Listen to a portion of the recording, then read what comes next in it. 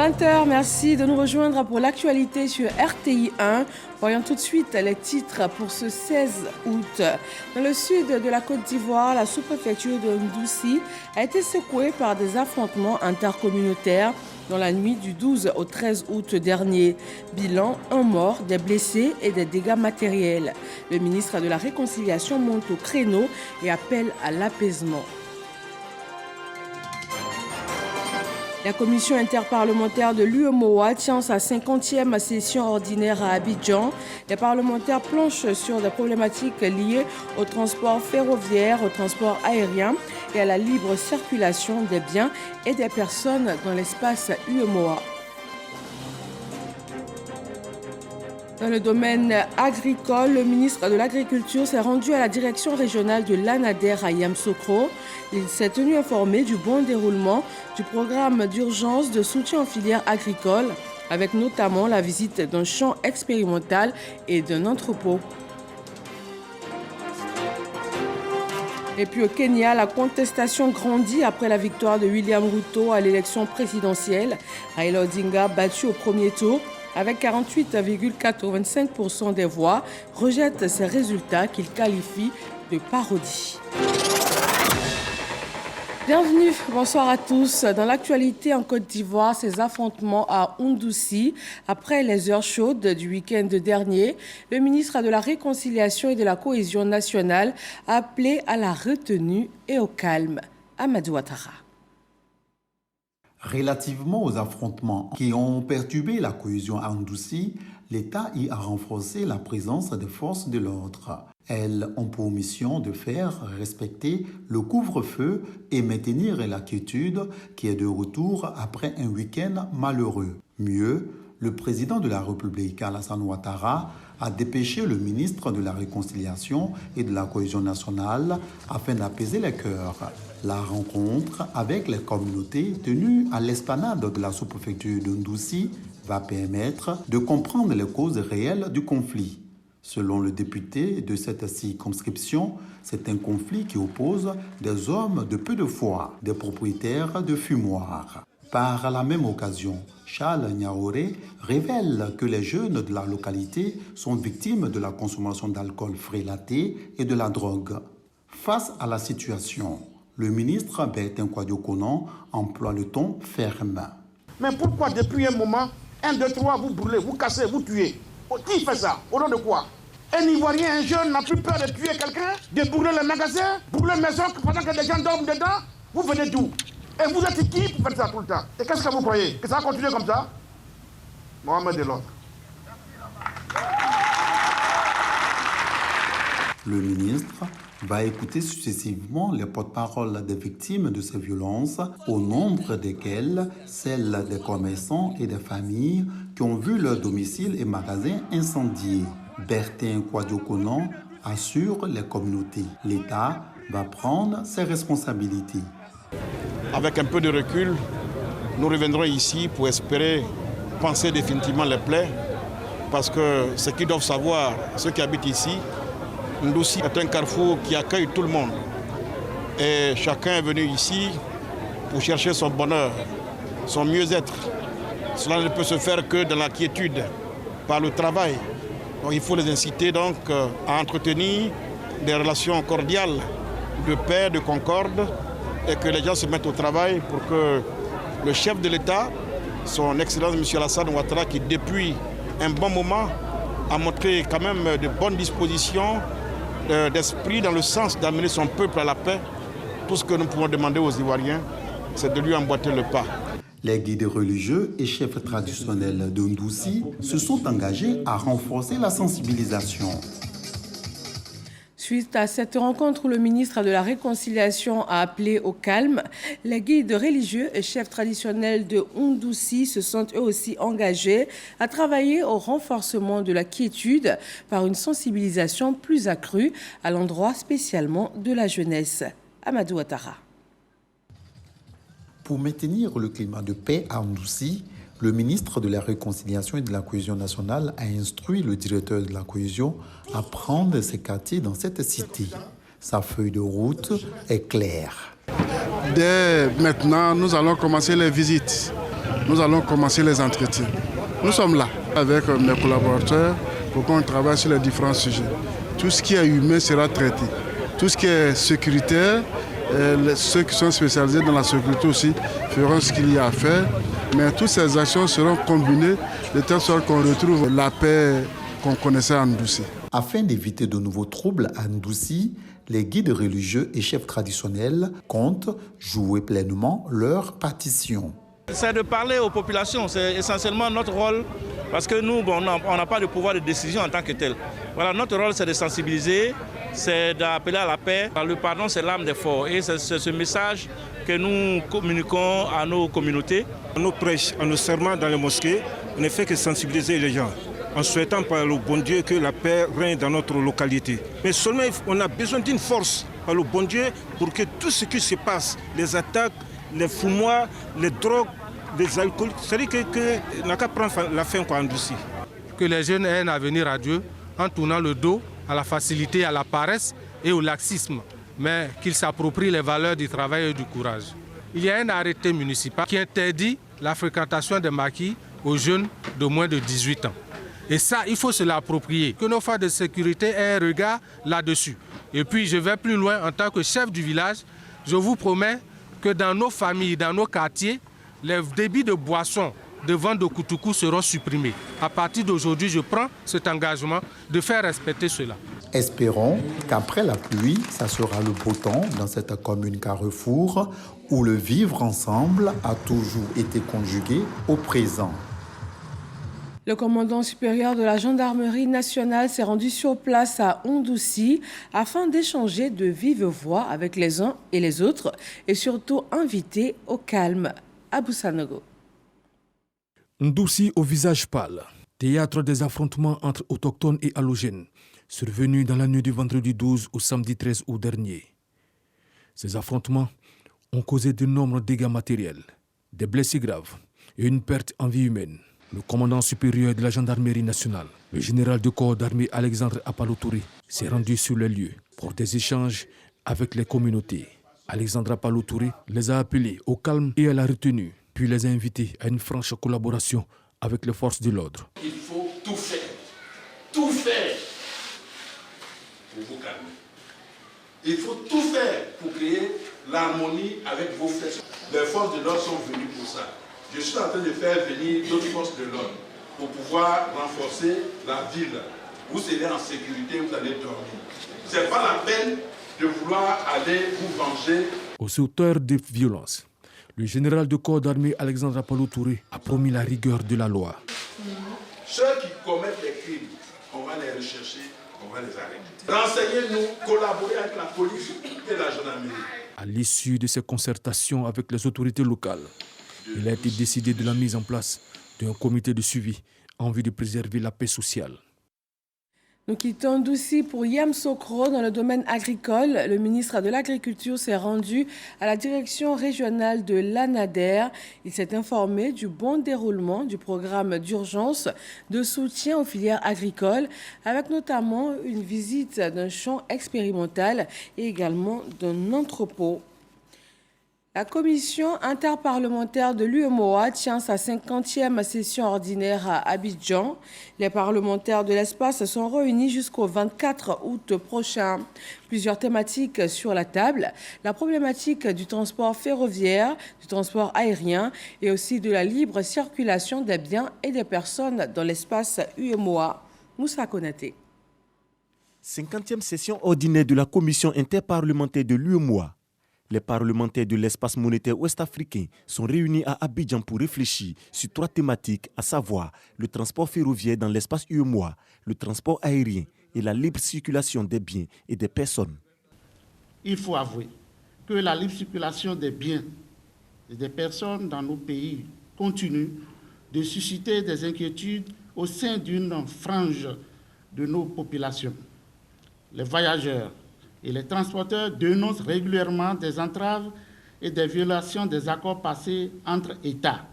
Représentant le président de l'Assemblée nationale, le vice-président Sidiki Konaté appelle à une action commune des parlementaires au sein de l'UEMOA pour atteindre les objectifs attendus. Le chef d'État et de gouvernement s'évertue chaque jour à prendre des décisions il appartient à nos parlements, qui sont donc la représentation du peuple, d'asseoir de façon législative et de façon concrète ces décisions dans la population. Parce que nous sommes l'émanation de cette population dont nous sommes le porte-parole.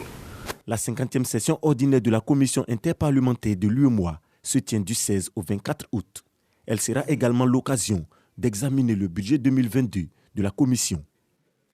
Direction la région du Sud, Comoé, avec ce nouveau projet d'insertion socio-professionnelle qui est mis en place à l'endroit de la jeunesse. C'est un projet qui vise également à promouvoir une économie verte et circulaire. Astou Touré. Promouvoir la démocratie, la bonne gouvernance et le développement inclusif pour une contribution accrue de la société civile et des autorités locales, telle est la mission du projet d'insertion des jeunes dans l'économie verte et circulaire. Compte tenu du taux de chômage élevé et la population en majeure partie, et une population rurale pauvre dans la région du Sud Comoé, ce projet vise entre autres à développer un cadre stratégique et un dispositif de formation et de financement à l'employabilité des jeunes. Le symbole du développement, c'est l'industrie. C'est la raison pour laquelle nous voulons que les jeunes de la région qui constituent l'avenir de cette région, qui donc auront affaire surtout à l'industrie, beaucoup plus tard s'inscrivent dans la culture de l'industrie. À travers ces différentes actions menées, la région a pu renforcer le dispositif financier du Conseil régional à travers la mise en place de fonds de garantie afin de financer des projets prometteurs. Ainsi, le plan prévoit deux grands axes d'intervention que sont la promotion à l'auto-emploi et la facilité pour l'emploi salarié. Satisfaire cette performance, les partenaires se disent prêts pour un accompagnement financier et humain. On a été très impressionnés par ce que nous avons entendu, ce que nous avons vu, non seulement par le travail fait, abattu par le Conseil régional, mais également le travail abattu par ses partenaires. Nous, en tant qu'organisation, nous souhaitons vraiment entamer et concrétiser une collaboration qui permettra de pérenniser et d'inscrire dans la durabilité toutes donc, ces initiatives. Par ailleurs, une visite est effectuée à l'entreprise de production de charbon bio et à la ferme agroécologique du centre Abel. Nous demandons à la jeunesse de Soukomo qu'il y a beaucoup d'opportunités qui s'offrent à elle. Donc, elle n'a qu'à s'intéresser au projet pour que nous puissions ensemble les aider à trouver une solution à leur emploi. Mis en œuvre depuis 2019, les résultats attendus face à ce projet sont entre autres de promouvoir la transition énergétique et la transition agroécologique, la capitalisation et la diffusion des principales activités mises en place par le Conseil régional du Sud Comoé. Les épreuves écrites du concours d'entrée à l'école supérieure africaine des TIC ESATIC ont démarré aujourd'hui. Ce sont au total 1119 candidats qui composent pour la licence, 114 pour le master, dont 83 pour la filière informatique et 31 pour la filière des télécommunications. Les résultats seront mis en ligne dès le 22 août prochain. Dans le même temps, sur place, 10 étudiants de l'ESATIC admis dans les universités internationales et 5 enseignants de ce même établissement promus au CAMES ont été célébrés. Le ministre de la Communication et de l'Économie numérique, Amadou Koulibaly, leur a offert des ordinateurs portables de dernière génération. Il a surtout réitéré l'engagement de l'État de Côte d'Ivoire à les soutenir dans leurs initiatives. Reportage. Moya Apia, lauréate du prix national d'excellence 2022 de la meilleure initiative numérique féminine, est venue présenter son sésame au ministre de la Communication et de l'Économie numérique. Elle fait partie également des 10 étudiants de l'École supérieure africaine des TIC admis à la mobilité dans les universités internationales, entre autres l'Institut Mines Télécom Atlantique de Brest, l'Estia Bida de France et Subcom de Tunis. En plus des bourses d'études offertes par le gouvernement, le ministre de tutelle leur offre des ordinateurs portables de dernière génération et une licence d'utilisation. Le corps professoral de l'ESATIC s'est aussi distingué dans la sous-région. 5 enseignants-chercheurs promus respectivement au grade de professeur titulaire, maître de conférence et maître assistant par le CAMES. C'est la toute première fois que les étudiants de l'ESATIC admis à la mobilité sont reçus par leur ministre de tutelle. La cérémonie de ce jour nous rassure encore plus quant au soutien de notre très cher pays, la Côte d'Ivoire. Aujourd'hui, nous sommes engagés à être premiers en Côte d'Ivoire, à être premiers en Afrique, à former des étudiants qui donnent le meilleur d'eux-mêmes, qui cherchent, qui trouvent, qui apportent des solutions et des résultats à notre pays. Ces prouesses, réalisées par les étudiants et les enseignants de l'ESATIC, sont une véritable fierté pour la Côte d'Ivoire. Et le ministre Amadou Coulibaly ne manque pas de le signifier.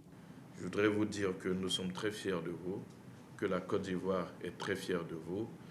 Vous faites partie de l'élite de notre nation. Vous allez poursuivre vos études à l'étranger. N'oubliez pas que vous êtes redevable au pays qui a investi dans votre formation. Vous avez le devoir de revenir apporter votre pierre à l'édification de la nation. Dès le 19 août prochain, la première vague des étudiants effectuera le départ vers les établissements d'accueil. Frappe maintenant aux portes de l'enseignement supérieur. Ces élèves admis au baccalauréat 2022 font face maintenant au choix des filières d'orientation, un exercice délicat pour certains, mais la solution est toute trouvée avec les journées de l'orientation du bachelier. Pendant 3 jours, ces nouveaux bacheliers, élèves et même étudiants pourront rencontrer les professionnels, les formateurs et les responsables d'universités et grandes écoles pour les aider à faire le bon choix. C'est Forazegui. C'est un B2B entre nouveaux bacheliers, responsables d'universités et grandes écoles. Des journées de l'orientation du bachelier job pour aider les futurs étudiants qui peinent à s'orienter dans une filière de formation. Grand messe annuelle des universités et grandes écoles depuis 6 ans, les spécialistes de l'orientation et des professionnels venus de divers horizons proposent aux visiteurs les meilleures offres de formation. Donc si vous voulez faire des bases de données, traiter des questions de sécurité informatique, de multimédia, des questions de communication et de commerce en ligne, vous êtes les bienvenus dans notre université. Notre innovation pour cette année 2022, depuis le mois de janvier, c'est la première école de DJ en Afrique subsaharienne qui forme au métier d'animateur musical scénique, multifonction et puis l'initiation. Nous avons des équipements de pointe, de dernière génération pour tout ce que nous faisons et en technologie et en tertiaire. Cette 6e édition réunit plus d'une centaine d'institutions de formation supérieure. Occasion donc pour ces nouveaux diplômés de s'informer sur les réalités de la vie universitaire et professionnelle. Je viens de visiter le stand de génie électrique et je pense que je peux me projeter, m'orienter ici. Le but de ces journées est de mettre à leur disposition des informations réelles et correctes pour une bonne orientation. Il faut que les étudiants, nos chers enfants, profitent de cet instant pour prendre beaucoup d'informations, pour changer de vision et puis voir en réalité avec leur aptitude réelle, leurs compétences, choisir ce qu'ils deviendront pour la vie. Il s'agira donc au cours de ces 3 jours d'informer les nouveaux bacheliers sur les offres de formation, les critères d'orientation, le processus de préinscription en ligne ainsi que les possibilités d'insertion professionnelle à l'issue de leur formation universitaire. La Loterie nationale de Côte d'Ivoire met en route la 5e édition pour le Challenge Social Fondation Lonasi. C'est un concours qui vise à récompenser le meilleur reportage à caractère social. Peut postuler tout journaliste professionnel qui exerce dans une rédaction connue et reconnue par les autorités de régulation des médias. Lancine Bakayoko. Sont exclus du champ de ce concours destiné aux journalistes professionnels les comptes rendus de cérémonies et d'événements factuels. Seule l'originalité, l'engagement social conforme à la mission de la LONASI et la qualité rédactionnelle des articles sont pris en compte.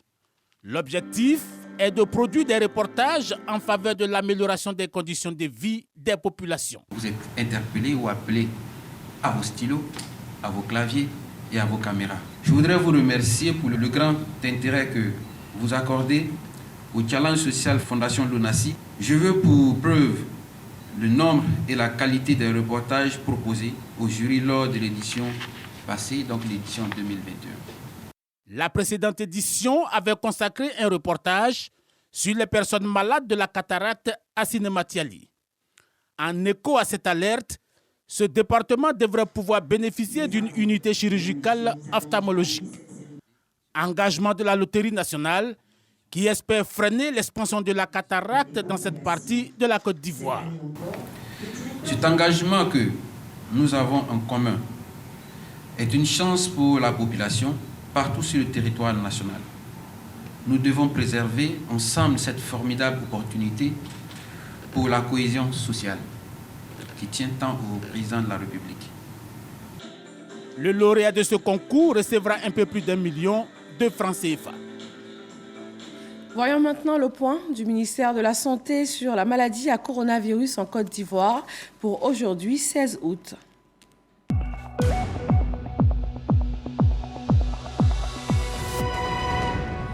26 nouveaux cas de Covid-19 ont été recensés, 36 personnes déclarées guéries et 0 décès.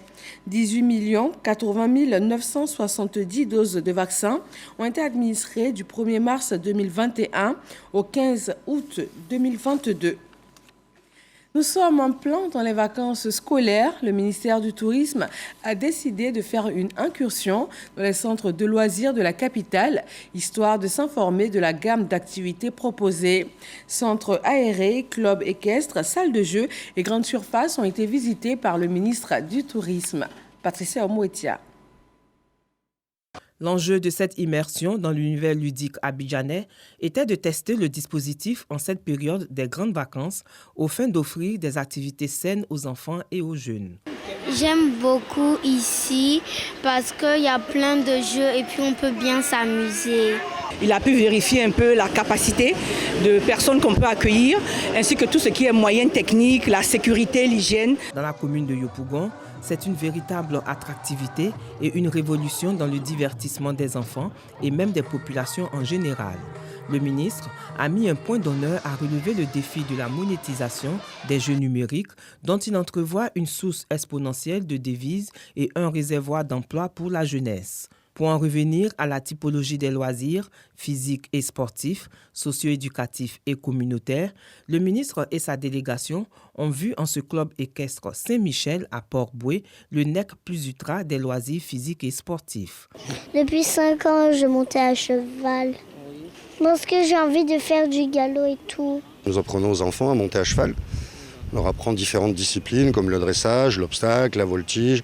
Au-delà de la passion pour les chevaux, le patron du tourisme et des loisirs de Côte d'Ivoire a indiqué qu'un cap devrait être franchi, dont la matrice est le projet de création de 2 hippodromes à Yamoussoukro et Korogo. C'est important pour nous, à la faveur des vacances scolaires, d'avoir à aller au contact de tous ces acteurs qui font la vie de notre pays au plan des loisirs, pour voir comment les loisirs se développent dans notre pays et comment arriver à marcher ensemble main dans la main pour faire accroître ce secteur. La Direction générale des loisirs devra, selon les instructions du ministre, contribuer à peaufiner un inventaire exhaustif de l'offre ludique dans l'optique d'une valorisation et une promotion efficiente pour l'atteinte des objectifs de Sublime Côte d'Ivoire. Et on change de cadre. L'actualité religieuse nous conduit à Lourdes, en France, pour cette messe d'action de grâce. Les délégations ivoiriennes sont en union de prière. Des moments de pèlerinage également mis à profit pour resserrer les liens de solidarité et de fraternité. Grâce Kando. C'est un rituel connu de tous à Lourdes, à chaque pèlerinage organisé au mois d'août dans ce sanctuaire marial. Les pèlerins issus des différents groupes venus de Côte d'Ivoire sur les pas de Bernadette en union fraternelle pour des prières au bénéfice de leur pays et de ses dirigeants. Ils ont démontré leur amour pour la patrie et sous la direction spirituelle des prêtres commis à leur encadrement, ils ont récité l'Ave Maria. Je vous salue Marie en français dans les dispositions avec lesquelles ils ont abordé le thème du 149e pèlerinage à Lourdes avec Marie devenant témoin de l'espérance. Que la Côte d'Ivoire soit unie pour toujours, que la paix revienne au cœur des politiciens, que la Vierge Marie les couvre de son manteau virginal afin que nous soyons toujours en paix. Nous sommes venus pour dire merci à Maman Marie pour ce qu'elle a fait, parce qu'elle intercède toujours dans notre vie. Nous sommes venus aussi lui donner, lui apporter toutes nos souffrances. Les murs de méfiance sont brisés. Nous avons ici la Côte d'Ivoire en miniature qui a pu démontrer une image de cohésion, une image de paix. Nous ne pouvons qu'exprimer notre joie. Toutes les prières vont converger vers le président de la République qui, nous savons, dont la charge est extrêmement difficile et il a besoin de nos prières et surtout de l'onction de la Vierge Marie. Le 149e pèlerinage à Lourdes ouvre une nouvelle page de l'histoire de la présence des groupes de pèlerins de Côte d'Ivoire en ce lieu où Marie est apparue 18 fois à Bernadette. Dans la joie d'être témoins de l'espérance, ils ont admirablement dépassé leurs différends et considérations diverses comme une repentance. Repentance rendue possible par les premières grâces reçues de Lourdes, mais encore par la vision de la Direction générale des cultes qui, depuis cette année, propose au groupe plus de fraternité, de solidarité et d'amour. Grâce au président de la République, Alassane Ouattara, la Direction générale des cultes a permis à 350 pèlerins d'être présents à Lourdes au nom du gouvernement. Ils ont achevé leur démarche mariale par la célébration de l'Assomption, l'élévation de Marie au ciel. La Fédération pour la paix universelle s'intéresse aussi à la pratique de la religion. Elle fait d'ailleurs un plaidoyer pour la liberté religieuse. Dangui. Plus de 350 dirigeants mondiaux de 157 nationalités se sont rassemblés à Séoul, en Corée du Sud, à l'initiative de la Fédération pour la paix universelle, FPU. Entre autres objectifs, aborder les questions telles que la liberté religieuse dans le monde et l'éducation des jeunes pour faciliter une culture de la paix mondiale, selon la formule même du président de la Fédération pour la paix universelle. Pour nous, la paix est non négociable. Elle ne tue pas, elle donne la vie. Elle ne détruit rien, elle construit tout. Dans la foulée de la déclaration de Séoul, c'est une charte de paix. C'est un pas en avant pour des plans d'action vers la réconciliation. Pas simplement l'unification de la Corée, mais un paradigme qui pourrait s'appliquer au monde. Une vision partagée par le docteur Ak Jahan Moon, cofondatrice de la Fédération pour la paix universelle, qui a par ailleurs exprimé sa gratitude envers ses dirigeants mondiaux rassemblés à Séoul autour de la question de la paix mondiale. Réalisons un monde de paix durable dans le monde, ensemble avec les vrais parents. Aimons-nous les uns les autres, embrassons-nous les uns les autres. Réalisons l'idéal de Dieu pour la création. Plusieurs résolutions ont sanctionné ces 5 jours de conclave de dirigeants mondiaux. Il s'agit entre autres de la résolution pour une charte universelle de la paix et de celle pour une déclaration sur la valeur universelle de la liberté religieuse. On parle également de paix ici en Côte d'Ivoire. Éric Tabar, ambassadeur, chef de protocole du président de la République, continue de tisser la toile de la cohésion et de la solidarité. Dans la commune de Cocody, il a pris part à une série de rencontres afin de partager des moments de fraternité et de convivialité avec différentes couches sociales. Dans l'actualité internationale au Kenya, la contestation grandit après la victoire annoncée de William Ruto à l'élection présidentielle. Raila Odinga, battu au premier tour, rejette ces résultats qu'il qualifie de parodie. La Cour suprême a 14 jours pour se prononcer si elle est saisie dans la semaine.